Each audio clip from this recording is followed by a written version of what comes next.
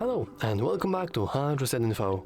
In this video, I will show you how to disable your VSync or enable it if you want to on Hollow Knight Silksong. Let's begin.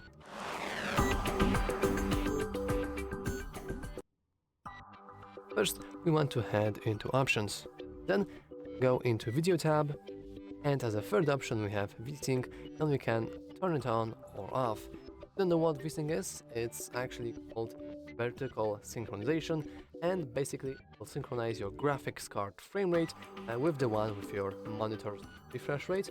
So technically it should prevent, as it is written here, screen tearing, and technically it will provide smooth experience, but also it can introduce input lag, which is not something we want in a game like Hollow Knight Silksong when every move matters, and also it may reduce the overall frame rates, so many gamers prefer to have it turned off. If you have troubles with your frame rate, I would also extremely advise you to turn it off, and if you want to, you can always watch our tutorial on how to boost your FPS in Hollow Knight Silksong.